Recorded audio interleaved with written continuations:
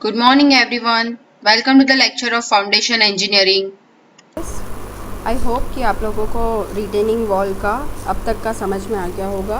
हम लोगों ने सबसे पहले क्या किया था, प्रिलिमिनरी डायमेंशंस फाइंड आउट किए थे।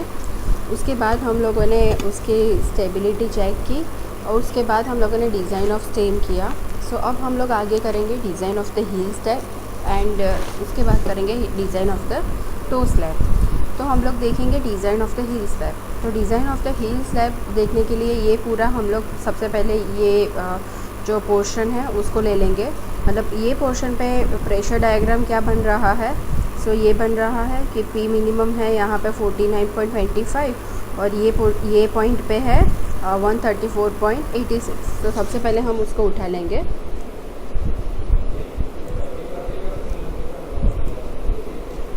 ठीक है, तो ये हम लोगों ने ये पोर्शन उठा लिया कि यहाँ पे P मिनिमम था 49.25 और यहाँ पे था 134.86।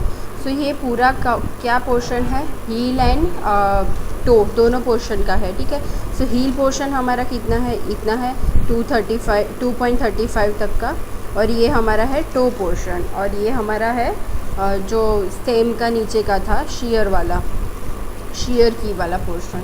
ठीक है, सो ये जो पूरा ओवरऑल डायमेंशन है, तो हमारे पास सिर्फ P minimum and P maximum था।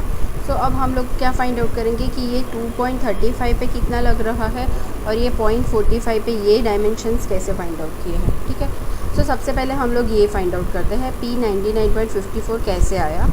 तो सबसे पहले हम लोग देखेंगे कि ये जो 4 मीटर का डिस्टेंस है, तो उसके ऊपर हमारा जो ये डिफरेंस कितना है। ठीक है, 4 मीटर पे 85.61 का डिफरेंस है। ठीक है, ये दोनों के बीच में, तो 2.35 पे कितना होगा।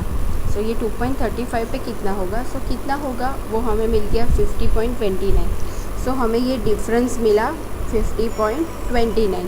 सो 49.25 प्लस 50.29 करेंगे तो हमें मिल जाएगा 99.54। समझ में आ गया। फिर से बताती हूँ आपको कि ये यहाँ पे हमारा 49.25 है और यहाँ पे 134.86 है। मतलब अगर ये हम लोग सिमिलर देखें तो यहाँ तक 49.25 है। सो अब ये जो डिफरेंस है ये दोनों के बीच में वो कितना है, 85.61। ठीक है, तो हम सबसे पहले लिखेंगे कि ये जो 4 मीटर डिस्टेंस है उसके बीच में डिफरेंस है 85.61। सो ये 2.35 वाले डिस्टेंस पे कितना डिफरेंस होगा। सो ये डिफरेंस हम कंपैरिजन करके फाइंड आउट कर पाएंगे, वो हमें मिलता है 50.29। सो ये जो 50.29 हमें मिला है उसको हम लोग इसमें मल्टीप्लाई करेंगे, मतलब कि 49.25 प्लस 50.29 मतलब 99.54। अगेन हम लोग सेम प्रोसीजर यहाँ पे भी करेंगे कि 4 मीटर डिस्टेंस पे हमारा 85.61 डिफरेंस है, तो 2.35 प्लस 0.45 मतलब कि 2.8 मीटर वाले डिस्टेंस पे हमारा कितना होगा। सो हमें मिलेगा 59.93। सो फ्रेंड्स, आप लोगों को ये फ़िगर तो समझ में आ गई होगी कि ये फ़िगर में मैंने ये जो P लिए हैं वो कैसे लिए हैं। सो अब ये फ़िगर को लेके हमें ये design of the heel slab करना है। डिज़ाइन ऑफ द हील, कोई भी पर्टिकुलर पोर्शन की जब हम लोग डिज़ाइन करते हैं उसका मतलब है कि हमें उसकी मोमेंट फाइंड आउट करनी है पर्टिकुलर प्रेशर डायग्राम की। ये मोमेंट कैसे कैलकुलेट होती है वो हम लोगों को पता ही है। मोमेंट कैलकुलेट करने के बाद हम लोग उसके अंदर percentage of the steel find out करेंगे कि कितना परसेंटेज ऑफ द स्टील उसमें रिक्वायरमेंट है और उसको प्रोवाइड करेंगे, मतलब उसकी डिज़ाइन हो गई। ठीक है, तो ये हमें प्रेशर डायग्राम तो मिल गया। अब हम लोग देखेंगे कि उसके ऊपर डाउनवर्ड प्रेशर कितना लग रहा है। ये प्रेशर तो हमें अपवर्ड प्रेशर मिला। ठीक है, अब डाउनवर्ड प्रेशर कैसे कैलकुलेट करेंगे। सो डाउनवर्ड प्रेशर मतलब कि weight of the backfill plus self weight of the heel slab. ठीक है, तो वेट ऑफ द बैकफिल कैसे फाइंड आउट करना है वो हमें पता ही है कि हाइट इनटू उसकी डेंसिटी। तो वो जो बैकफिल है उसकी हाइट है 6.2 और उसकी डेंसिटी है 18, क्योंकि बैकफिल सॉइल से भरा हुआ है और उसकी डेंसिटी हमें 18 दी है। So 6.2 into 18 plus self weight of the heel slab कितना था, तो उसका डायमेंशन, उसकी थिकनेस थी 0.5 और उसका डेंसिटी था 25। बिकॉज ये हील स्लैब जो है वो कौन सा मटेरियल से बना है, कंक्रीट से बना है, तो कंक्रीट की डेंसिटी यहाँ पे 25 है। ठीक है, सो हमें टोटल डाउनवर्ड प्रेशर मिल रहा है 124.10 किलो न्यूटन पर मीटर स्क्वायर और डाउनवर्ड प्रेशर रेक्टेंगल है, ठीक है। अब हम लोग ये नेट प्रेशर फाइंड आउट करेंगे कि अपवर्ड प्रेशर और डाउनवर्ड प्रेशर का सम्मेशन क्या हो रहा है। सो ये जो अपवर्ड प्रेशर है वो कौन सा है, नेगेटिव प्रेशर है, और ये जो डाउनवर्ड प्रेशर है वो कौन सा है, पॉजिटिव प्रेशर है, ठीक है। तो ये डाउनवर्ड प्रेशर यहाँ पे 99.54 माइनस में है प्लस 124.10, तो हमें कितना मिला 24.56 किलो न्यूटन, ठीक है। तो सेम ऐसे ही यहाँ पे है 49.25, उसमें से 124.10 में से वो माइनस होगा तो हमें मिलेगा 74.85। सो ये हमारा है नेट प्रेशर। तो अगेन ये हमें ऐसे ट्रेपेजोइडल टाइप के फॉर्म में है तो उसको हम लोग दो पार्ट में डिवाइड कर लेंगे, एक को रेक्टेंगुलर बना लेंगे और दूसरे पार्ट को हम लोग ट्रायंगुलर बनाएंगे, ठीक है। सो रेक्टेंगुलर में ये पॉइंट पे कितना प्रेशर लग रहा है वो फाइंड आउट करना है, तो हमें मिल जाएगा कि ये 24.56 है, तो 74.85 माइनस 24.56 मतलब कि ये डिफरेंस है 50.29 का। सो ये हमें मिल गया। अब हम लोग इसका मोमेंट मतलब कि शीयर फोर्स फाइंड आउट करेंगे। तो शीयर फोर्स फाइंड आउट करने के लिए हम लोग क्या करेंगे कि जो हमें प्रेशर मिला है उसको उसके जो पर्टिकुलर डिस्टेंस है उससे मल्टीप्लाई करेंगे। सो 24.56 इंटू 2.35, ठीक है। सो ये इसका एरिया हो गया। एरिया मतलब कि विड्थ इंटू लेंथ हम लोग करते हैं, यहाँ पे लेंथ है 2.35 और ये है 24.56। सो इससे मल्टीप्लाई किया प्लस ये ट्रायंगुलर पोर्शन है तो इसका एरिया कैसे होगा 1/2 इंटू बी इंटू डी। सो 1/2 इंटू यहाँ पे है 2.35 इंटू डी, ये कितना है 50.29। सो इन दोनों को सम्मेशन करेंगे तो हमें मिलेगा 116.82 किलो न्यूटन। सो ये क्या मिला हमें, maximum shear force at D, मतलब कि ये जो डी पोर्शन है वहाँ पे मैक्सिमम शेयर फोर्स कितना लगेगा वो मिला। उसको अब हम लोग कन्वर्ट करेंगे फैक्टर लोड में। सो फैक्टर ऐसे फाइंड आउट करने के लिए क्या करेंगे, उसको 1.5 से मल्टीप्लाई करेंगे। So V U is equal to 1.5 into 116.82।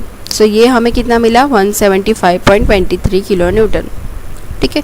So ये है हमारा क्या हो गया, शेयर फोर्स मिल गया। अब हम लोग क्या फाइंड आउट करेंगे, मैक्सिमम बेंडिंग मोमेंट।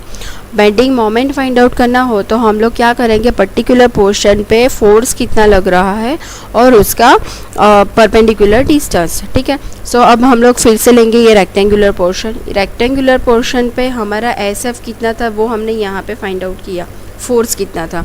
सो ये फोर्स यहाँ पे कितना है 57.72, उसको मल्टीप्लाई करेंगे उसके परपेंडिकुलर डिस्टेंस से। सो बेसिकली रेक्टेंगुलर पोर्शन में फोर्स मतलब कि CG कहाँ पे लगता है, तो हाफ पोर्शन पे लेंथ के।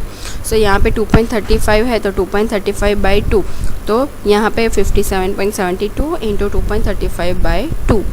अब हम लोग आएंगे ये ट्रायंगुलर पोर्शन पे। ट्रायंगुलर पोर्शन पे बेंडिंग मोमेंट यहाँ से अगर देखें तो कौन सा पोर्शन पे लगेगा, 2/3 पे। सो लेंथ की 2/3, तो 2/3 इंटू 2.35 आएगा और ये हमने SF इसका फाइंड आउट किया था 59.10। सो हमें बेंडिंग मोमेंट मिला 160.41 किलो न्यूटन इंटू मीटर। अब हमें बेंडिंग मोमेंट मिल गया है, उसको हम लोग फैक्टर कर लेंगे। फैक्टर बेंडिंग मोमेंट मिलने के बाद हम लोग SP16 में से ये AST फाइंड आउट करने के लिए सबसे पहले PT फाइंड आउट कर लेंगे। सो PT फाइंड आउट करने के लिए इक्वेशन है mu/BD² की वैल्यू हमें फाइंड आउट करनी पड़ेगी और वो वैल्यू पे से हम लोग डायरेक्ट SP16 में से ये PT ढूंढ पाएंगे। सो mu मतलब हमने जो मोमेंट फैक्टर किया है वो, B मतलब 1000 कंसीडर करेंगे और D मतलब स्मॉल d आएगा। तो स्मॉल d 500 माइनस 50 मतलब कि 50 mm कवर माइनस किया है। सो BD² हो गया। सो mu हमें मिला 1.1188 और PT उसके ऊपर से मिल रहा है 0.355%। सो ये जो PT मिला है वो उसको हम लोग प्रोवाइड करेंगे। सो प्रोवाइड करने के लिए एरिया ऑफ द स्टील चाहिए। सो AST फाइंड आउट करने के लिए हमें इक्वेशन पता ही है PT BD into divide by 100। So PT divide by 100 into BD find out करेंगे. सो हमें मिलेगा 1597.50 mm². ये हमें क्या मिला? एरिया. सो ये एरिया को हमें प्रोवाइड करना है. सो हम लोग डिसाइड करेंगे कि 16 mm डाया बार प्रोवाइड करने हैं और कितने डिस्टेंस पे, तो 120 mm centre to centre distance पे. सो अगर हम लोग 120 mm centre to centre distance पे 16 mm प्रोवाइड कर रहे हैं तो उसका एरिया ऑफ द स्टील कितना आएगा? तो 1675 mm². सो ये है प्रोवाइडेड स्टील. हमने इतना स्टील प्रोवाइड किया है हिल स्लैब पे. सो हम लोग आगे कैलकुलेट करेंगे. अगर यूज़ करेंगे AST कहीं पे भी तो प्रोवाइडेड यूज़ करेंगे. ठीक है. सो ये पूरा हमने क्या किया? डिज़ाइन कर लिया. किसका? हील स्लैब का.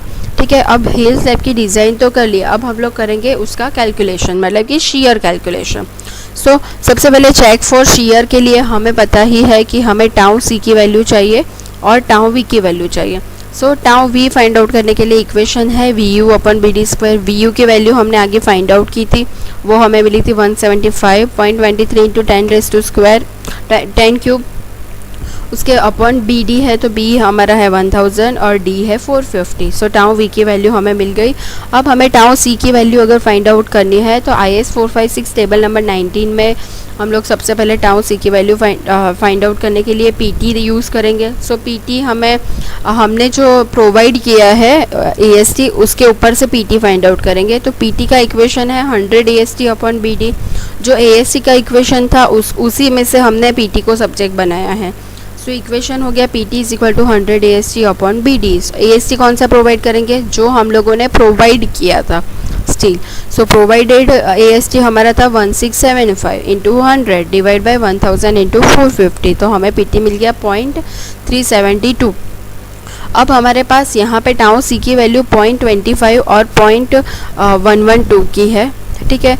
सो हम लोग देखेंगे कि 0.25 है, 0.25 जहाँ पे है उसका डिफरेंस है 0.12, तो 112 पे कितना आएगा? ठीक है. तो ये जो डिफरेंस है वो मिलेगा हमें 0.058. ये है कैलिब्रेशन प्रोसेस. सो हमें ये टाउ C पर्टिकुलर ये पॉइंट पे कितना मिल रहा है? तो 0.0058. तो उसको हम लोग 0.36 में ऐड कर लेंगे. सो 0.36 प्लस 0.058 तो हमें टाउ C मिला 0.418, जो है हमारा जो टाउ V है उससे बड़ा है, मतलब कि उससे ज़्यादा है. नॉर्मली क्या होगा? Tau C should be greater than tau V. सो यहाँ पे भी tau C is greater than tau V. सो हमारी जो शीयर है वो ओके है. अब हम लोग डिस्ट्रीब्यूशन स्टील प्रोवाइड करेंगे. So minimum distribution steel should be 0.12% of the steel of a gross sectional area. So we will put directly 0.12% of the steel in a hill slab as a distribution steel. So AST will be a 0.12 divided by 100 into BD. So B is 1000 and D is 500. So we will provide a 600 mm² steel in a distribution steel. So we will provide a 10 mm dia at a 130 mm center to center. So AST will be a 604 mm². So we should also provide anchorage length. So anchorage length required, equation for the anchorage length is LD. We will find this equation from a page number 184 SP16. ठीक है. अगर हमें ये equation से नहीं find out करना है encourage length तो हम लोग डायरेक्ट यहाँ से भी ले सकते हैं, but equation is very easy, L into D.